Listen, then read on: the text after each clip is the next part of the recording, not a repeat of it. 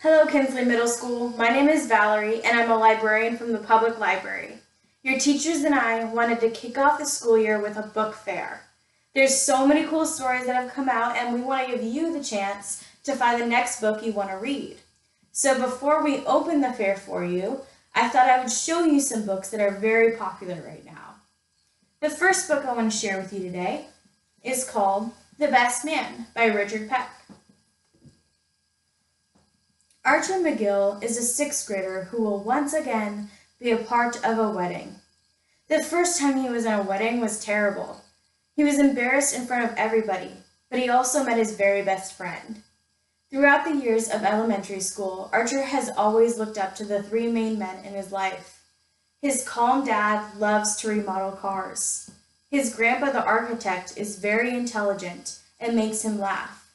And finally, there's his Uncle Paul, who's the greatest, but still hasn't found someone to love. When a bully starts picking on Archer, using hate speech, another hero comes into Archer's life, Mr. McCloud. Not only is he the first male teacher at Archer's school, but he stands up against the bullying and tells the class of his struggle as a gay man in the world today. Archer learns about honesty, courage, and love, and it all leads to an awesome wedding. That was The Best Man by RIchard Peck. The next book I'd like to show you is called The Inquisitor's Tale, or The Three Magical Children and Their Holy Dog by Adam Gidwitz. The pictures were drawn by Adam Alley. How does a good story evolve? It starts with one person who wants to know more. The year is 1242, and the king, King Louis of France, is searching everywhere for the menaces who have been ruining all of his plans. The menaces are three children and their little dog. King Louis has sent out his army to find them. There is a traveler who is also eager to find the children. He is known as the Inquisitor. He wants to know why the king wants the children so badly. From town to town, this traveler learns more about the children, so that he can start piecing their story together.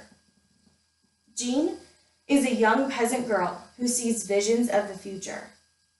William has superhuman strength. He's also a monk.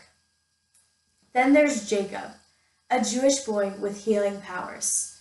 And last but not least, they have a dog named Gwenifort, who is resurrected from the dead.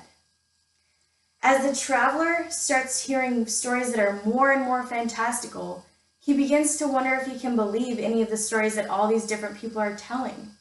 What will he discover? That was The Inquisitor's Tale, or The Three Magical Children and Their Holy Dog by Adam Gidwitz. The next book I'm going to talk about is When the Sea Turned to Silver by Grace Lin. Pinmay loves to listen to her grandmother Amma's stories, and so do the village people.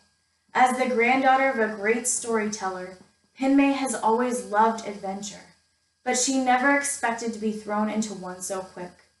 Her grandmother is stolen by the emperor, who wants his own personal storyteller. Pinmay and her friend Yishan go on an epic journey to rescue Pinmay's grandmother. They travel to the city of bright moonlight, and then to the Crystal Palace at sea bottom in search of a luminous stone. They hope that the stone can be traded for her grandmother. They meet many friendly and not so friendly creatures along the way. I'm going to read a small part of the story to you. In this part of the story, Amma, Pinmay's grandmother, is in a prison cell with another prisoner, and the other prisoner is telling her why storytellers are valued. So, they used to forget for 3-4 days, sometimes a week, to feed me, the stonecutter said. And now they leave a light. It is because of you, of course.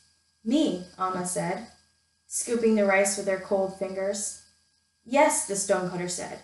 You misjudge those who honor you. They do not think you can predict the future or save them from catastrophe. They honor you because you are the storyteller. It does not seem like something that would earn the respect of men such as these, Amma said.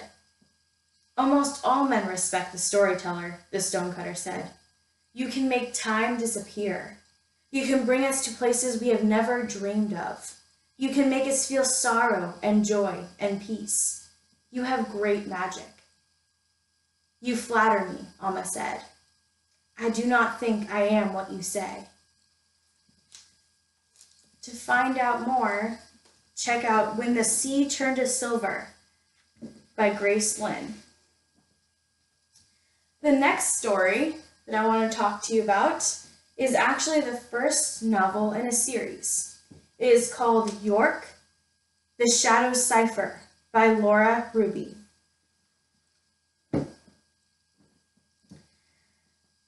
The Morningstar twins created technology that was beyond their time. They appeared in New York in the 18th century and built the amazing skyscrapers, apartment buildings, and transportation lines that still exist in the city today. Before disappearing, the Morningstar twins left a puzzle to unlock a mysterious treasure within the city. The puzzle was called the Old York Cipher. No one ever broke the cipher, and now it's seen as an urban legend that no one bothers with.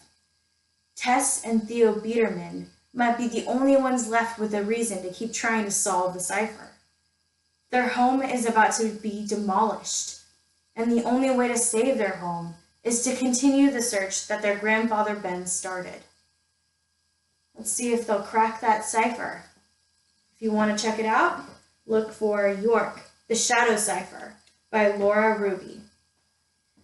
Finally, the last book I'll be talking about today is called Orphan Island by Laurel Snyder. Ginny's life on the island has been, for the most part, a paradise. Her and 8 other orphans live off of the land. However, one day of the year is not like the others. A boat arrives out of nowhere. A new child arrives, and the eldest child on the island is expected to get on the boat and to sail to who knows where. This time around, Ginny's best friend Dean is the one to leave. Despite her sadness, she has to take on the role of eldest child and teach the new orphan the cryptic rules of the island, like never taking the last of anything. Once before, they took the last of the curly ferns, and now the curly ferns are lost forever. Ginny tries to continue living life like normal, but her fear of having to get on the boat the next time it comes steadily grows. What happens when the boat sails away? Will she ever see Dean or any of the orphans again? Well, you have to find out. Look up Orphan Island by Laurel Snyder. Well, that's the end of my presentation today. Thank you for being such great listeners, and I hope you find something fun to read at the book fair. Bye.